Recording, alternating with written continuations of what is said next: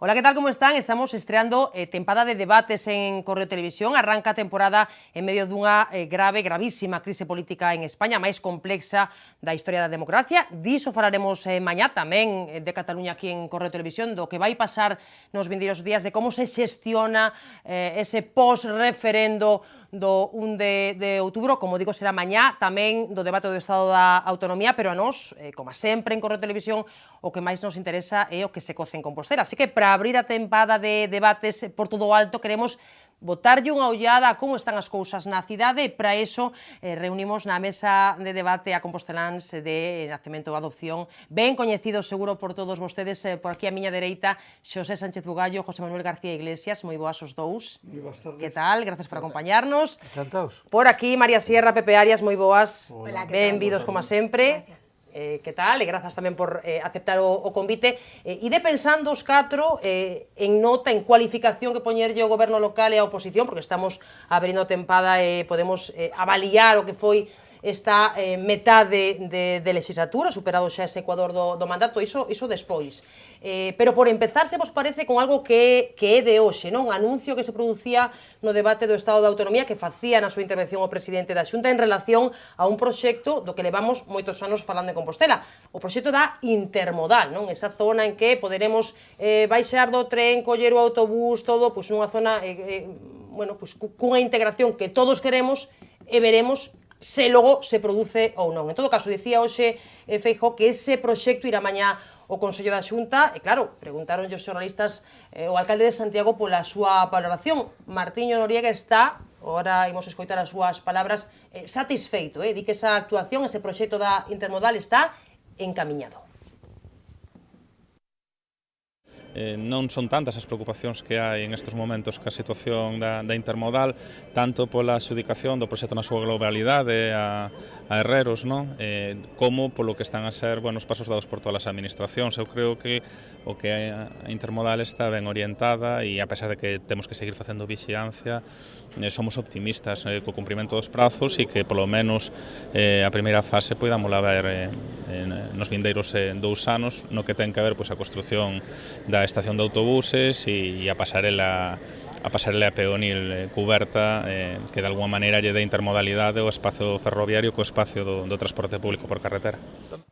Bueno, pois quedará mañá aprobado ese proxecto intermodal. Anos falando desa actuación, Bugallo, cando tiras alcalde firmaches precisamente o convenio da intermodal, e estábamos lembrando agora que era no ano 2009.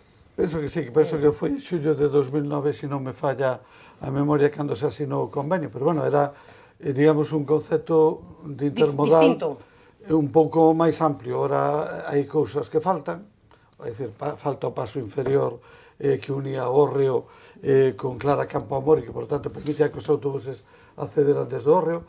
Faltan 3 dos 4 aparcamentos previstos, falta a plaza cuberta e se substitue por unha pasarela peonil, e, bueno, agora o que estamos sacando é un proxecto, digamos, un pouco diferente. O que non quita para que me pareza positivo que se traslade a estación de autobuses a esa zona e que se produza unha integración entre a estación de tren e a estación de autobús, ainda que sea a través dunha pasarela peonil, e non de como estaba previsto, que era a integración no mesmo complexo. Claro, dicía o alcalde que é optimista en cantos prazos. Claro, as cousas de Palacio van despacio, xa o vemos, Pepe, porque levamos cantos anos, e empeza o curso e seguimos falando e pendentes un pouco da intermodal. En 2 anos teremos estación de autobuses, pero, bueno, con que atraso, non, de prazos. Sí, bueno, e isto é algo que o actual goberno chega fai 2 anos, e que un dos proxectos que quedará precisamente bloqueado, non? Hai unha parte que ten que ver cunha negociación entre administracións, porque as competencias do Concello son simplemente para os accesos, todo o que ten que ver ca estación do tren, ca estación do tren e o ADIF, e ca estación de buses ten que ver ca Xunta, e tamén levamos, bueno, un tempo se dicía primeiro que a pasarela non iba a estar cuberta, finalmente está cuberta, que decir, hai unha serie de... Iso parecía obvio, non? Claro. Que estivera cuberta, que sí, pero bueno, existiron elementos que se foron negociando e que se foron sacando aos poucos por Martiño Noriega, por Jorge Duarte, en xuntanzas precisamente con estas entidades, non? Eu penso que fixo bo traballo Cresti entón o goberno local, un pouco agora de negociar eso ca Xunta, co Fomento. Eu penso que sí, tamén se adapta un pouco tamén ás necesidades necesidades, non? Porque nese proxecto de 2009 había 10.000 metros cadrados de aproveitamento comercial, que agora mesmo, bueno, pois vemos os problemas que está tendo a área central, xa dende que apareceu as cancelas, non parecen excesivos, 56.000 tamén de aproveitamento urbanístico. Entón, penso que tamén hai outros elementos que se foron correxindo, bueno, pois pensando que tamén pasamos por 2009, non? Que foi o ano xusto no que empezou a crise, e nese sentido penso que un proxecto que se adapta mellor ás necesidades. Evidentemente, todo é mellorable, eu penso que se van a ter noticias de melloras, pero penso que é positivo desbloquear a situación. José Manuel, que difícil, cando hai que poñer de acordo a diferentes administracións nun proxecto que non deixa de ser complexo, con crise económica de por medio, bueno... É complexo, e penso que o proxecto de Herreros é un bon proxecto. A min, a verdade é que cando vin, pareceme moi oportuno para esa parte da cidade, non? Pasarelas peonils é unha boa idea para enlazar dende Hórreo todo ese espacio, e penso que é unha parte de Santiago que ten moitas posibilidades cara ao futuro. Non hai que esquecer que todo iso está moi perto do que son as Brañas do Sar, relativamente perto do que é a cidade da cultura, co cual a imaxe da cidade en toda esa parte deberá de cambiar moitísimo no tempo vindeiro. A min me parece que o día en que os autobuses non teñan casi como epicentro dentro do que é a cidade da Plaza de Galicia, pola mañán, cando salen dali os do aeroportos, que van a rías e todo isto, e hai un lugar serio onde todo este concentrado a nivel de autobuses, e máis do tren, por suposto, hai que ir un día a ver como é esa estación do tren ás 9, 10 da mañán, e sempre está chea en Santiago de Compostela, cara a Vigo, veñen, van, e realmente é un punto de moita vida dentro da cidade. Bueno, dicía Bugallo que intermodal sí, pero daquela maneira, claro, non vai ser como a Tocha, María, o que imos ter ali na zona da intermodal. Pois terá eso, as súas limitacións, claro. Sí, bueno, lo que pasa que es cierto lo que ha dicho José Manuel, pero bueno, también es verdad que hay que adaptarse a la situación social y económica actual, ¿no? Y no tiene nada que ver probablemente con la que había en el año 2009. En cualquier caso, yo creo que ahora, si esto verdaderamente es lo que se va a llevar adelante, como parece ser, creo que no hay que mirar para atrás. Lo que hay que pensar es en que se haga cuanto antes, en que se cumplan los plazos, en que las administraciones cumplan con sus compromisos. Parece ser que por parte de la Xunta ha sido así, desde que se decidió aplicar la Ley 3/2016 y darle a esta tramitación un impulso de mayor rapidez por interés público. Parece ser que todos los plazos hasta la licitación se cumplieron dentro de ese plazo, valga la redundancia, de 6 meses que se había prometido, y ahora pues que el ayuntamiento, como acaba de decir Martiño, continúe también en lo que a su parte se refiere cumpliendo esos plazos, y que dentro de 2 años verdaderamente esté terminada, que probablemente sería estupendo para la ciudad que hubiera sido mucha más de otra envergadura, pues probablemente, ou pero antes como na legislatura anterior tamén tería estado ben. ¿Qué? Unha Pero legislatura Na anterior, di legislatura Pepe. anterior tamén tería estado ben. si no estoy, siempre tiene que poner la coletilla a buscar culpables. Si yo estoy haciendo un análisis de la situación es que en estos momentos se va a hacer esa, y que lo importante para Santiago es que cuanto antes se disponga de un servicio que va a favorecer a los ciudadanos. No estaba, ya te lo he dicho en más veces que hemos coincidido en esta mesa, que no te des tanto por aludido, que yo no estaba buscando culpables, estaba haciendo un análisis objetivo. Echamos xuntei aí, Es que es tan cansino porque abro la boca y ya está. Lo pudieron hacer. Si yo no estoy hablando de nadie, pero estoy diciendo que lo importante es que se haga cuanto antes, que se cumplan los plazos y los compromisos que han sido adquiridos, y que los santiagueses dispongamos de ese servicio que desde luego es necesario. Puntualiza, Pepe, que queremos debate con vidilla, María, claro. Tamén esperaba por aquí un pouco de Yo vengo tirapuxa, demasiado pacífica para entrar en esto cada vez que abra la boca, de verdad. Mira, está o alcalde de Santiago satisfeito con este proxecto da intermodal, pero ten preocupacións por outros, o orbitaliño, o periférico, como dicía Bugallo hai un momento a micro pechado, o periférico de toda a vida. Non sei se sobre a intermodal queredes apuntar algo, senón seguimos, Pois veña, adiante. Mira, eu quería decir algún pequeno matiz. Mira, o proxecto que se executa ahora non é o de Herreros. O de Herreros foi o que foi seleccionado no seu día e é o que non se executa. Da tua época. Sí, ese é o que non se executa. Agora o que se encarga de Herreros é o proxecto da pasarela, que me parece ben que se encargue, pero non é o proxecto concebido inicialmente con a gran instalación nova e moi potente. Segundo, hai un tema que a mí me chama a atención e me doi un pouco como compostelar. Por exemplo, En número de viaxeiros, Santiago é a principal estación de viaxeiros da Renfe de Galicia, 2,3 millóns de viaxeiros.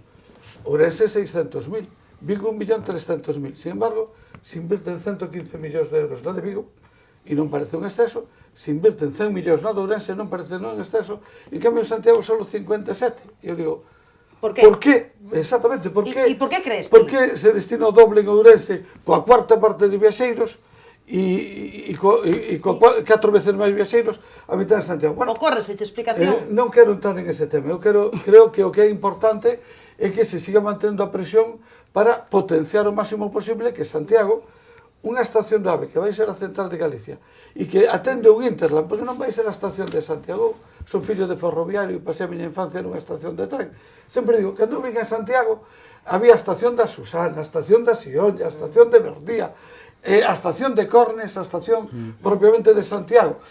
Ahora, esta estación vai a ser a que sirva a Ribeira, a Arzúa, a Melide, a Ordes, porque non hai outra prácticamente hasta Pontevedra, que non é AVE, e hasta Ourense. É dicir, ten que atender un Interland de 600.000 personas. E hai que pelear para que a estación poida prestar servicio a esas 600.000 personas. Vexo a Bugallo moi elegante, que non quere tampouco pensar en que explicación pode haber. Non sei se na mesa se vos ocorre por que de alguma maneira Santiago sae prexudicada en comparación con outras cidades galegas. Eu non diría prexudicado, este é un paso. Eu quero entendelo como un paso cara adiante, en donde se toman unha serie de decisións ou das pasarelas. A min, insisto, que a Estraza, evidentemente, Herreros é un bo proxecto.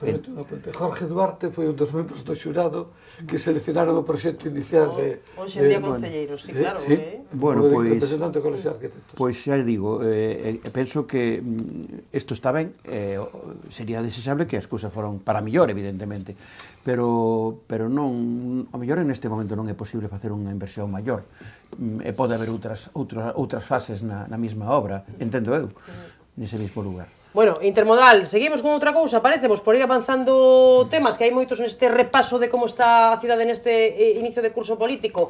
Dicíamos que estaba o alcalde preocupado polas obras no periférico, as obras no orbital para conectar a autoestrada ca autovía da Lavacolla cos polígonos industriais. Bueno, neste último punto está o problema. Por qué? Porque non se soluciona con este proxecto que se está a executar, algo que le van advertindo dende o foro cívico e que hoxe, efectivamente, lembraba tamén o alcalde de Santiago. A sensación do Concello é de preocupación sobre a situación dos compromisos adquiridos. Somos conscientes de que a non aprobación de orzamentos no Estado condiciona a viabilizar os compromisos e compartimos a lectura que fai o Club Financiero sobre a preocupación e a necesidade de, como institución, exercer unha fiscalización permanente da posición do Goberno Central.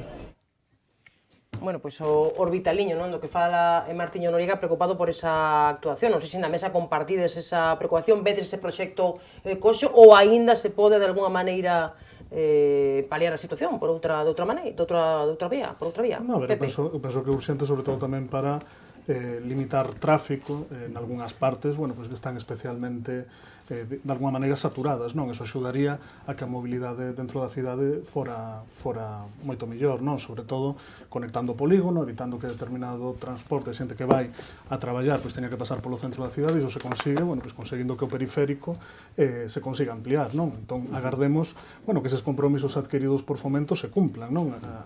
Sí que é certo que antes estaba na Pastor, que era galega e que tiña unha sensibilidade especial, agardemos que o cambio de responsable... Ministro do Norte. Claro, agardemos que... Eso non vale que sexa do Norte. Agardemos que o cambio de responsable non faga, bueno, pues que se entorpezan todos os compromisos que xa estaban adquiridos, non? Ten moito compromiso Fomento, Dame usted que atender, a ver. O primeiro, non lle chamaría orbitaliño. Estamos falando dun investimento de 131 millóns de euros en total, entre as dúas fases. 131 millóns de euros non me parece como para chamar de orbitaliño unha cosa que costa 131 millóns de euros. É verdad que o que estaba previsto invertir eran 145 e se rebaixaron 14.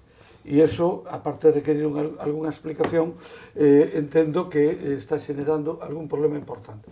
A opción que se está executando resolve ben os tráficos pasantes, que dicen os que van Coruña-Vigo, Vigo-Coruña, resolve razonablemente ben as conexións co aeroporto que veñen desde o sur, pero deixa un tema mal resolto, que son as conexións co aeroporto desde o norte. Supoño que entenden que coa opción de Oroso, Sigüeiro, que máis ou menos os de Coruña salen por aí e con eso dan por arreglado, e sobre todo non resolve as conexións cos polígonos industriales, que me parece un tema realmente severo, porque ademais...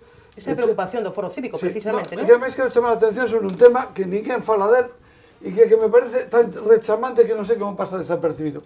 Se ides a Xionlla, donde está a planta empacadora que leva o lixo detrás da finsa, veredes que hai 1 kilómetro de autovía a 12 metros de altura que vai de ninguna parte a ninguna parte.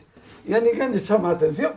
Aquilo para que está xa ali, nos afixemos para que está ali subido, porque eso é para que fagan rallies ali arriba ou para que non. Eso é porque quedou sin completar. Faltalle a conexión coa autopista coa P9 e faltalle a conexión coa Nacional 550. A conexión coa Nacional 550, por tanto, quedara axudicada no ano 2011. Espero que algún día alguén explique porque despois de estar axudicada se anulou esa axudicación e quedou así.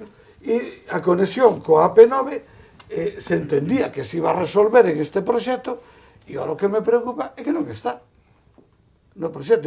Pero vamos a ver, se que está feito grosso, é dicir, eso que está previsto e conecte a P9 e vaya a salir a San Marcos. Que pasa? Eso é un tema que debe quedar resolto, que hai que falar co ministro desde o Concello, desde a propia Xunta de Galicia, incluso por un principio de obra ben feita. Dicir, mire, non pode invertir 130 millóns de euros e deixar este problema sen resolver para que todo o mundo que pase por aí organicemos visitas turísticas a ver que é eso que está aí montado. Aeroportos en aviones, pois eso, anacos de vías que non van a ningún... É que ningún coche pode subir ali arriba, porque non ten ni para subir siquiera. Bueno, non sei se María ou García Iglesias eu compartides o que apuntan aquí Pepe ou o que apunta Bugallo. Co tema de como está tratándose a autoestrada, a min unha das cousas que creo que vai a ser positivísima é o enlace ca Cidade da Cultura. Non foi sen tempo, non? A Cidade da Cultura estuvo de espaldas continuamente, como unha obra realmente como é tan impresionante, tan grande, tan para Galicia, para o conxunto de Galicia, estuvo de espaldas a autoestrada, o cual non ten ningún sentido, non?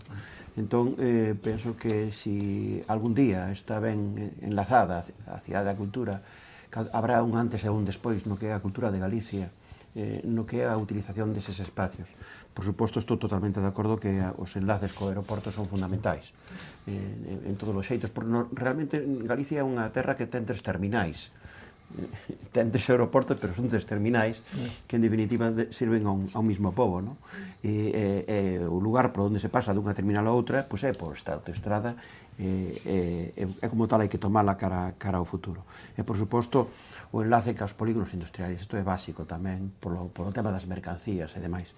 Pero insisto, na Cidade da Cultura habrá un antes e un despois de que esta obra estea acabada. Mira, outra obra da que levamos María Sierra anos e anos falando, non? Ese acceso da autoestrada á Cidade da Cultura, non? Ayer te decía yo cuando me llamaste, cuando falamos, ¿no? Cuando me llamaste, como decía antes José Manuel, pues yo no estaba paseando por el río Sar, estaba en el despacho, pero cuando vi los temas... José Manuel es Xosé Antonio, digo, porque estamos tirando y o espectador que non se despiste, que non se despiste. Xosé Manuel témolo aquí, García Iglesias. Él estaba no Sar e eu estaba na universidade.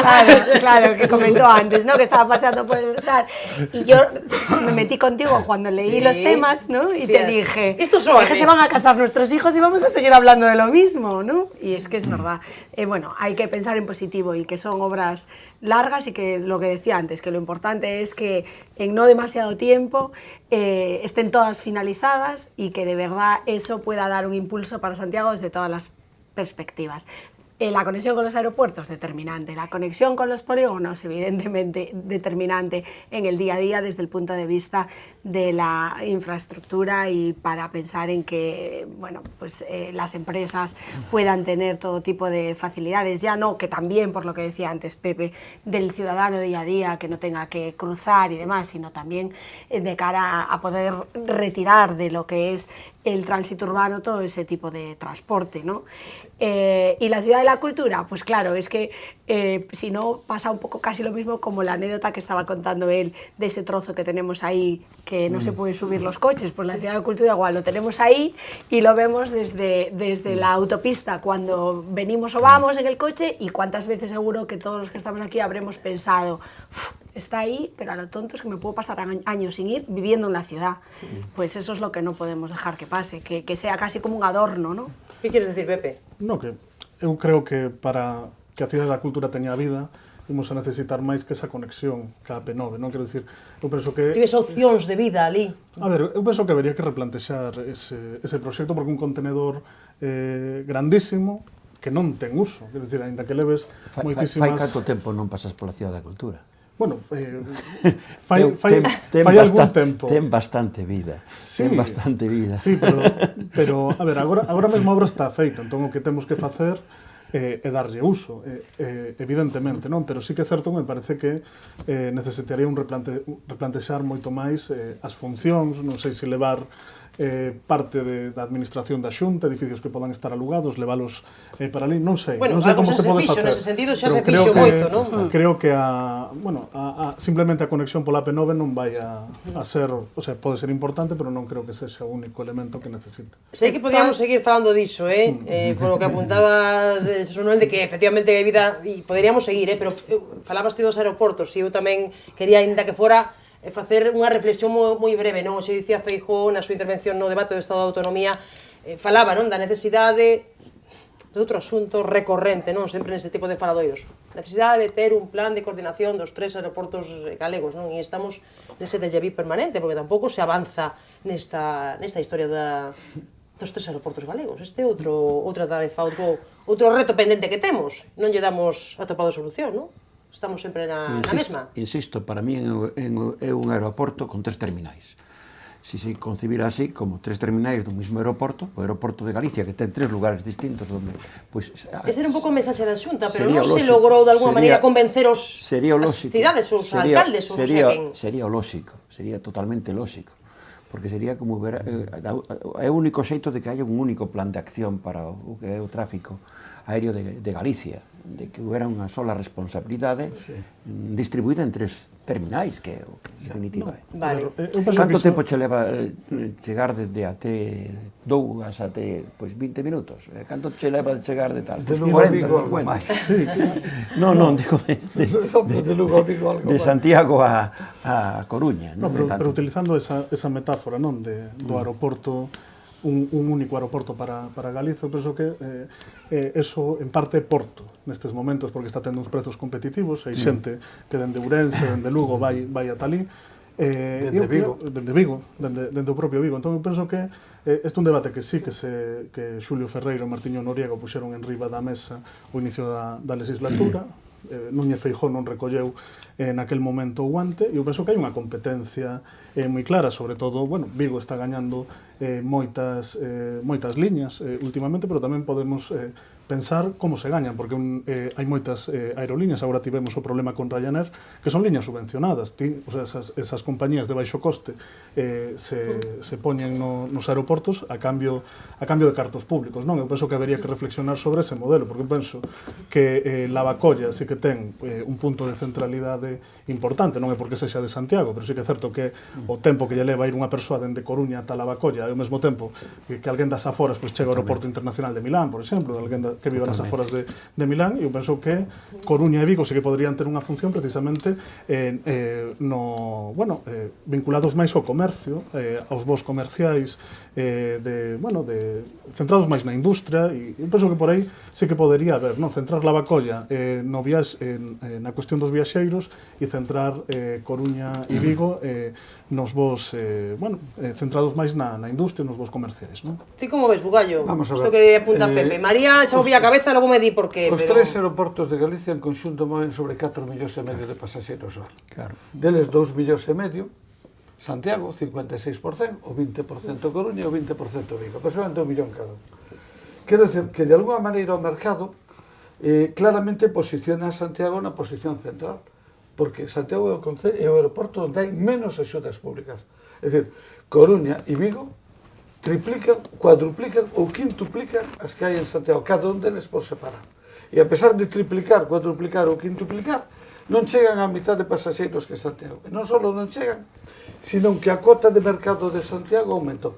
Se alguén se molesta en mirar un histórico, veredes que hai aproximadamente 10 ou 12 anos, ou 15 anos, Santiago estaba no 40%, Coruña e Vigo no 30% cada un. Hoxe Santiago está no 55, 56 e Coruña e Vigo no 20. É dicir que, a pesar de todas esas axudas, o propio mercado foi concentrando en Santiago. Quen está barrendo a Vigo totalmente, pero incluso o conxunto de Galicia está afectando con un nivel de afectación moi severo é Porto. Eso está tendo consecuencias, por exemplo, desde o punto de vista turístico, moi graves que non estamos analizando suficientemente, porque os turistas están entrando por Porto, toman como base Porto e logo veñen a pasar un día a Santiago ou a Rías Baixas e volven a Porto. Durmen en Porto, claro. Durmen en Porto. Eso está tendo unhas consecuencias tremendas. Segundo punto, eu aí coincido con Pepe. Vamos a ver. Quen tenga competencia, tenga responsabilidade. Que competencia ten exactamente Martiño Noriega como alcalde de Santiago ou Abel Caballero como alcalde de Vigo en materia aeroportuaria? Vou a dicir, ninguna. As mesmas que tiña Sánchez Bugallo cando era alcalde de Santiago. Ninguna. Os concellos non teñen ninguna competencia en materia aeroportuaria. Bueno, pero poden subvencionar ou non unha compañía se quere, non? Por que lle atribuye esa responsabilidade sobre un tema que non ten a competencia? Outra cuestión distinta é que os alcaldes, por un principio de responsabilidade universal, no que non temos competencia, ou non tiñamos, cando eu era alcalde temos incumbencia. Entón, ao final... Se non tedes a buscades. Entón, ao final, te acabas metendo en temas nos que non tes ningún tipo de competencia, nin obligación, pero tes interés, porque ten interés a ciudad e, por lo tanto, quen pode discutir que un alcalde trate de defender os intereses da súa ciudad? É lógico, como llevas decir a un xogador de fútbol que non defenda os intereses do equipo no que xoga? Ou o entrenador dese club de fútbol que non defenda o equipo no que xoga, que entrena? Ten que ser así.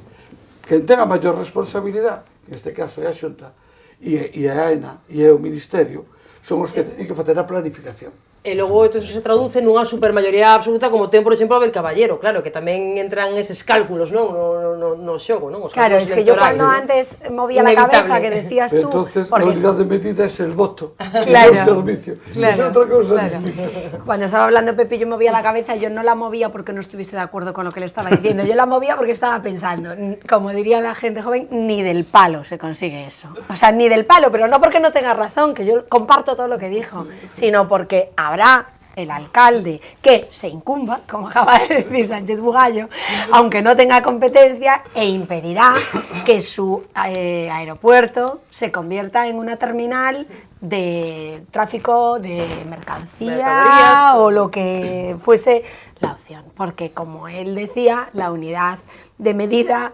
es la que es, y ahí está Abel Caballero. ¿Y por qué está? Por, entre otras cosas... 290.000 votos en Vigo y 90.000 en Santiago. Exacto. ¿Y por qué está? Pues cada uno. ¿Por qué está? Porque defiende como defiende las cosas que defiende, incluso aunque no sean de su competencia. A ver, José Manuel. Por eso que en algunhas cousas é tan boa tecnocracia, é dicir, non poden ser temas de políticos e non temas de técnicos que saiban deste tipo de cousas, de como funciona o tráfico aéreo, de como funciona pois, as compañías comerciais, de como, en base a un estudio de mercado e demais, para tomar decisións que fagan que Santiago sexa Porto. Claro, lo que es evidente es que en la práctica diaria...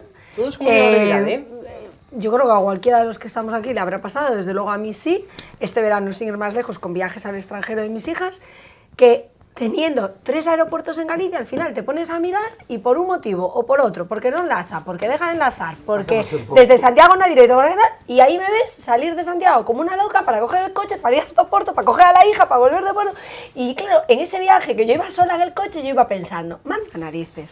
O sea, manda narices que yo estoy yendo a buscar a una hija a Oporto con 3 aeropuertos, porque si no hubiera estado mi hija tirada literalmente, pues no sé cuantísimas horas, venía concretamente a Alemania, Madrid, no sé cuánto, y al final, para que la niña pudiese venir en un vuelo directo, pues te tienes que ir a Oporto, porque comentabais antes, no sé cuál de vosotros decía, los de Vigo, no, los de Vigo y los de Orense, y lamentablemente los de Santiago. Amén. Se para vos internacionales. Me gustaría poñer un exemplo que me parece interesante, que é o do País Vasco. País Vasco ten máis ou menos 8.000 km². Que é a superficie da provincia de Coruña. Ten 3 aeroportos. San Sebastián, Bilbao e Vitoria. Que fixo? Especializarlos. Claro. Vitoria é tráfico de mercancías, non é prácticamente viaxeiros. Bilbao é o tráfico de viaxeiros. E San Sebastián, que ten unhas condicións orográficas horrorosas, en este momento ten unha condición residual. Pero, tanto Vitoria como Bilbao son aeroportos que están competindo. Un especializado en mercadorías e outro especializado en viaxeiros. Aquí en Galicia, ao competir entre nós, pois, hombre, se tú queres voar a Brasil, que es que coller o coche, ir a Porto, e en Porto colles un voo a Brasil. Porque de Santiago non tens ningún voo a Brasil, nin de Vigo, nin de Coruña, nin a América Latina en xeral. Tens que ir todo vía Madrid ou vía Londres. Non tes opción aquí. Bueno, o tema dos aeroportos, outro tema recorrente pendente, do que tamén falaremos moito nesta nova tempada, e outro, o turismo, o Ano Santo, non? No que xa se está a traballar, hoxe tamén falaba dese asunto o presidente da Xunta na súa intervención e dicía, bueno, pues, que efectivamente pode ser unha grandísima oportunidade económica e contrapoñía, non? Pues, episodios de turismofobia, non? Dicía el, utilizaba esta palabra en distintos puntos do Estado, dicía Feijóo, o carácter hospitalario do pobo galego, do pobo compostelán, non? Do que falamos hoxe. Non sei se en materia de turismo, en materia de peregrinos, chegada de xente á cidade, tedes algún motivo de preocupación? De que temos que estar pendentes? Non sei, o que queira, Pepe, o que queira. Bueno, pois eu creo que é unha das grandes bazas desta cidade, non? É unha cidade eminentemente turística, ainda que ten outras facianas, pero a turística é certamente importante, a que ten que ver co mundo da peregrinación. Eu penso que non sobran turistas, penso que son ben acollidos. O que pasa é que isto, o da catedral, que é o gran problema de como poden acceder a un... Hai que ter en conta que a catedral, a nivel do que é o lugar de culto, o lugar de peregrinación, é a catedral e as plazas que entornan a catedral. Hai que entender a catedral como se fora unha especie de relicario onde se entra ou non se entra. É o conxunto, realmente o que hai que entender como o tema xacobeo, en definitiva, non? Ese darlle ese aire á cidade como un lugar que xira en torno ao culto do apóstolo, digo para o peregrino, para o visitante, penso que é importante. Aparte deso, penso que está demasiado focalizado únicamente na catedral.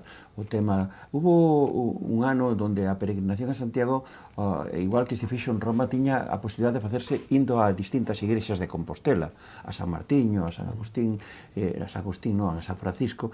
En definitiva, penso que ese perfil de turista ou de peregrino ten outras cousas que ver en Compostela que normalmente pois non se ven. A mí pareceme boa esa idea de que se está agora traballando por parte do consorcio de que SAR entre nunha dinámica nova, porque SAR levaba un tempo esquecida para o mundo do turismo e para o mundo do peregrino, cando nas guías antiguas sempre a xente iba inequívocamente pois a SAR, non? Entonces, creo que é un ben que hai que cuidar. Temos moitos peregrinos, tamén nos hai en Venecia, en outras cidades onde realmente teñen a dimensión que teñen, non por eso vas a perder o que é un ben para esta cidade importante. Hai que sabelo administrar e hai que sabelo tamén repartir. Ese é o gran problema, repartir ao longo do ano. Está demasiado estacionalizado todavía hoxe. Unha das grandes cousas que hai que desestacionalizar ese tipo de ben para que en tempos como o outono ou como na primavera pois funcione como funciona no verán. Ese é o tema. Taxa turística, sabes que é unha proposta que ten aí o goberno local. Mañá falaremos tamén dese asunto porque verá algunha novidade respecto diso, pero é algo que defende o alcalde de Santiago, non a Xunta, que non a ve, non? Desbotouno. Que queres que te diga eu? Pago a taxa turística cando vou a bastantes cidades. E non me escandalizo. A taxa turística, ti vas a cidades como Ámsterdam, poño por caso, e pagas unha taxa turística. En moitas cidades italianas pagas unha taxa turística. Se esa taxa turística ten unha finalidade específica que mellore o turismo, pois non deixa de ser un imposto. Eu non estou en contra da taxa turística, sei que non é popular isto, pero non estou en contra porque sei que funciona en moitos lugares e non funciona mal. A ver, pois que fala claro. A ver, María, ti como verías, por exemplo, unha taxa turística en Santiago? A ver, yo creo que el quiz está en cuál es la finalidad. Si tiene una finalidad simplemente recaudatoria, me parecería fatal. Si tiene una finalidad, voy a ser un poco redundante, finalística, es decir, lleva aparejado una función que va a beneficiar, pues claro que puede tener sentido. El problema está en que yo, lo digo porque tengo que ser muy prudente para que Pepe no me salte, yo desconozco cuáles son esas finalidades que ve el Ayuntamiento de Santiago en la tasa turística. Habría que explicarlo muy bien. Efectivamente, todo, ¿no? a mí, si me lo explican y me convencen, pues oponerse porque sí, pues no me parece razón. Efectivamente, como él bien dice, hay cantidad de ciudades en Europa que lo cobran y nosotros lo pagamos y lo aceptamos como algo normal.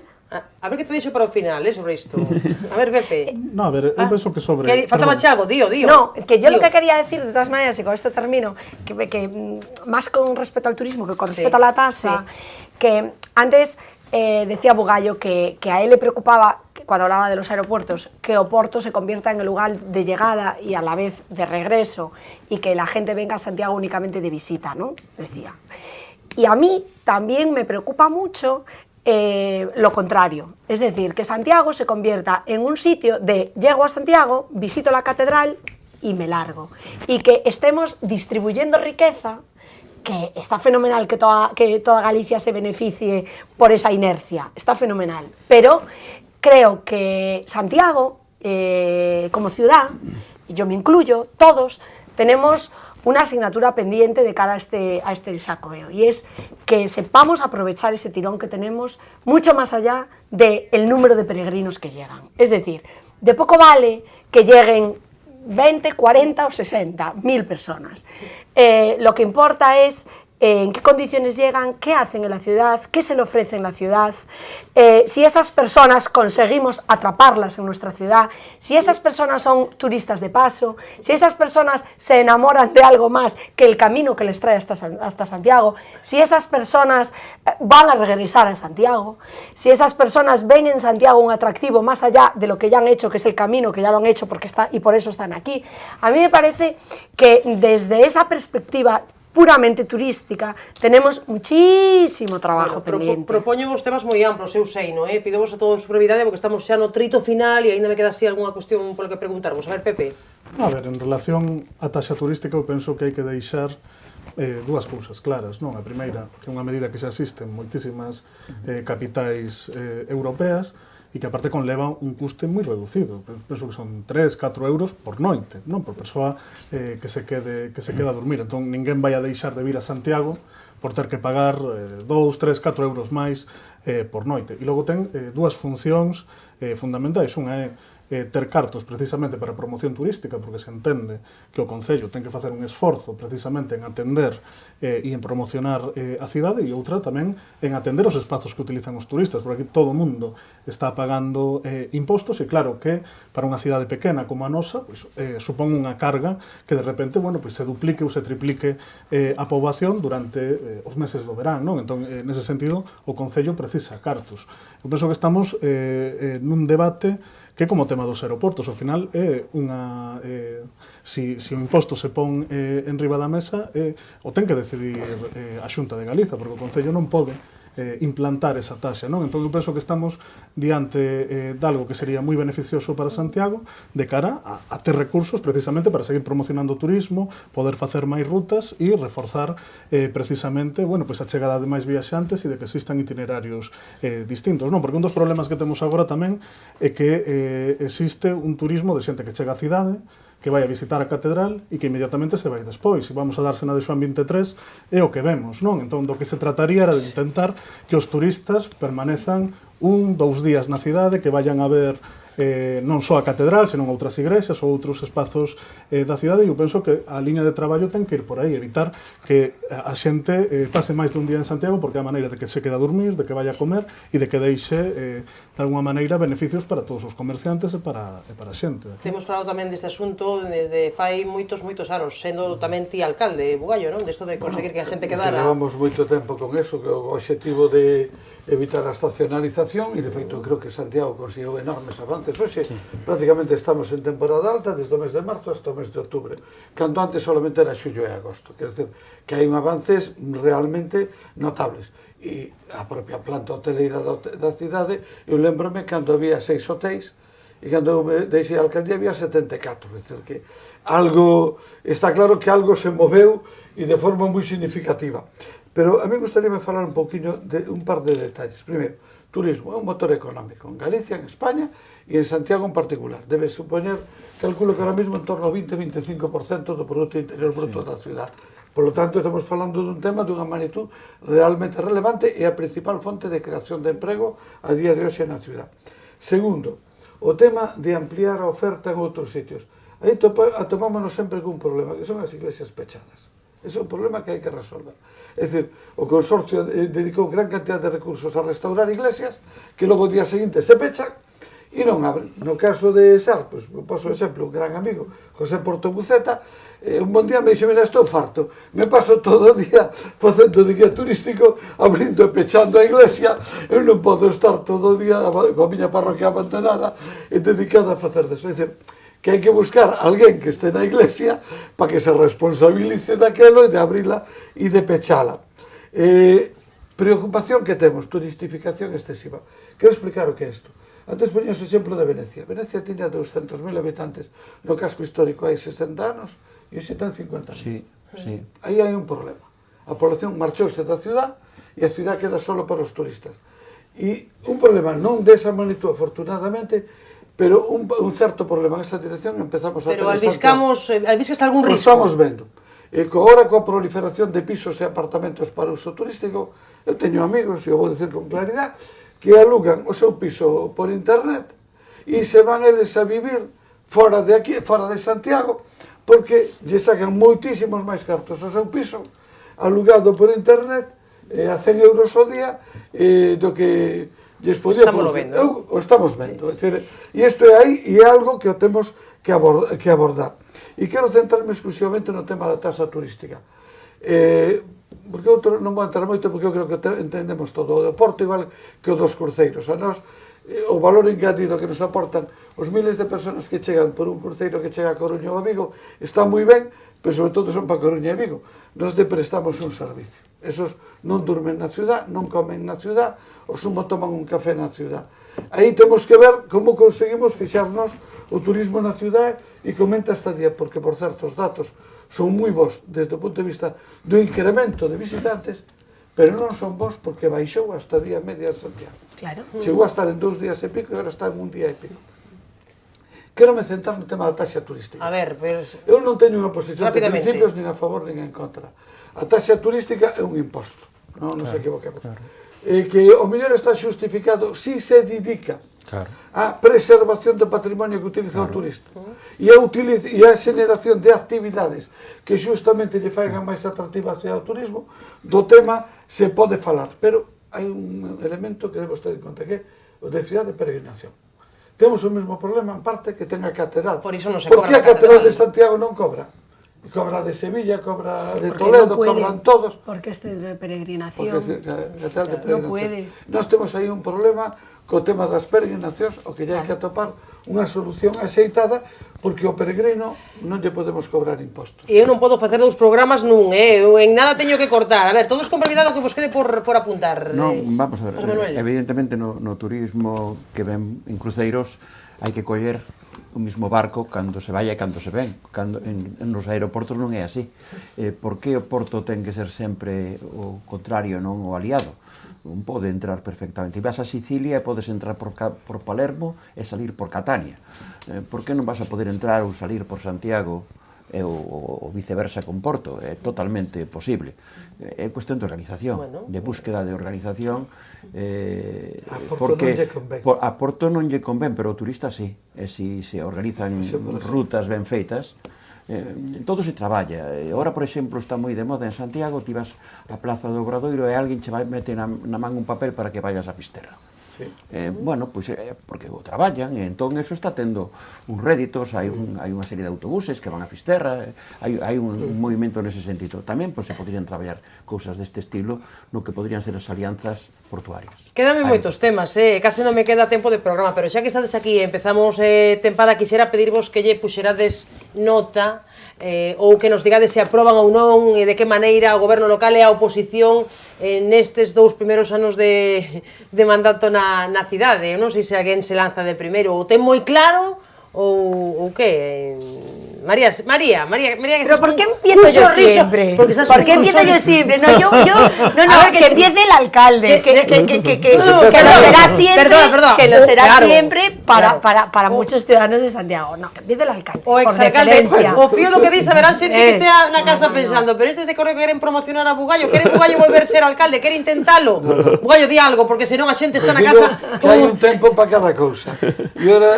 para min chegou o tempo de ocuparme de cousas que tuven abandonadas durante moitos anos e estou moi feliz e moi contento de facelo e de poderlo seguir facendo, pero vou abordar... Así que a numeroloxía neste caso non? Para nada, xa te digo... Non tes interese? Non é que eu non teña interese, é que creo que é un tema moi complicado, que os tempos están moi cambiados e que eu estou en este momento en outra cousa. E a mí o que sí me gustaría dicir sobre a nota do goberno é que eu non vou entrar, porque entendo que non debo facer ninguna valoración. A ti puxeronche nota moitas veces, así que tamén podías ti soltarte, non pasaba nada. Pero eu xa dixe que nin eu me vou poñer nota a min, porque non me corresponde, e tampouco creo que xa deba poñer aos demais. Moi elegante. A ver, Bugallo elegante. Pepe, tipos ya. O goberno local ou a oposición, por que empezas? A ver... É complicado, a ver, eu penso que hai unha diferencia en relación a outros gobernos que hubo na cidade, que precisamente a presión. Eu penso que este é o goberno que está sendo máis presionado, que está sendo máis criticado por algo que ten máis que ver quizáis ca política galega, incluso ca política estatal, que con outro elemento, non? Por exemplo, o tema arquivado, non? De Jorge Duarte abriu telexornais a nivel estatal, non? Eu penso que algo así nunca aconteceu na cidade, non? Logo despois eu penso que tamén temos un escenario favorable, non? Que ten que ver precisamente ca situación do PSDG, que permite que Compostela Aberta e o BNG, que teñen un nivel de coincidencia alto en moitas cousas, podan sacar orzamentos adiante co voto de calidade do alcalde, non? Entón, nese sentido vexo tamén é o que aparecen nas enquisas, non? Que en 2019 imos a ter de novo unha competición entre Martiño Noriega e Agustín Hernández, non? Eu penso que por aí, de alguna mente, vai estar. Poñer nota, pois non me atrevo. Ponse moi interesante, eu que teño case que despedir. Temos que deixar todo apuntado e retomalo aquí no vindeiro programa. Era interesante o que apuntaba Pepe, a competición vai estar... Di Pepe, pronostica Pepe entre Martiño Noriega e Agustín Hernández. E quero lembrar que Pepe Arias nesta mesma mesa clavou os resultados electorais xusto antes das municipais. Que o saibas, que o saibas. Pois moi ben. Parece unha cousa estupenda. Xa me dirás. E yo soy testigo. Pero bueno, isto de poñer notas é moi complicado, incluso para un profesor como é o meu caso, non? Pero eu penso que como alumno, pois, o que foi a corporación, porque son todos evaluables, toda a corporación é evaluable, non? A parte que estaba no goberno, son esos tipos de alumnos que o queren facer ben e fan hasta onde poden, co cual eu lles daría un suficiente. Un suficiente. E a oposición, pois a verdade é que, claro, é unha oposición un tanto estrana, non? O PSOE e o PSDG ten unha posición en que realmente non deixou gobernar ao Partido Popular, optou por outra cousa, non? Entón, pois claro, está nunha terra onde ao final pode pasar o que ti dis, efectivamente, pola posición que tomou o PSDG. Pero tamén, tanto os do Bloque como os do PSDG, como os do PP, creo que están facendo unha oposición moi leal. Entón, eu tamén lles dou un aprobado. Tan leal como farían os outros, seguramente. A ver, rapidamente, que teño que despedir. Compostela Aberta foi lista máis votada, Sí, bueno, é un matiz. Non foi o Soio que o votou, é un matiz. Lista máis votada. Sí, pero deixou, se podía ser outra forma. Tenías A que ver. votar ao PP. María Sierra. Bueno, yo la verdad es que no me atrevo a poner una nota, no porque no quiera mojarme, quiero explicarlo, porque no he tenido nunca un acceso a información suficiente como para que yo me vea capaz de valorar a las personas que ocupan esos puestos. Una cosa es que yo tenga una opinión personal, pero tanto como para puntuar, no. Lo que sí puedo decir como ciudadana, porque eso lo he dicho más veces y lo mantengo, es que a mí no me gusta el Santiago que veo. Yo veo una ciudad apagada, una ciudad adormecida, una ciudad triste y una ciudad desatendida en cuestiones muy importantes que creo que deberían de despertar de una manera urgente para que Santiago tuviese como ciudad y como capital de Galicia el pulso que debiera de tener. Y ojalá, porque he venido con ánimo muy constructivo, ojalá estos 2 años que quedan, ya que los primeros han sido pues para llegar, situarse y demás, sirvan para que sea así. Retomamos aquí o próximo, porque teño que despedir, pero sí, apagada sí ou non. Santiago, ver apagada ti tamén? Eu creo que Santiago está perdendo posicións. Pepe, apúntate esta frase, Eu creo que vivimos en cidades distintas, pero bueno. Retomamos na próxima mesa, Véxovos a todos o que poida vir, José Manuel, Bugallo, María, Pepe, un placer. Mañá volvemos, con temas un pouco máis xerais, pero tamén falando de Compostela. Grazas pola compañía como sempre, ata mañá.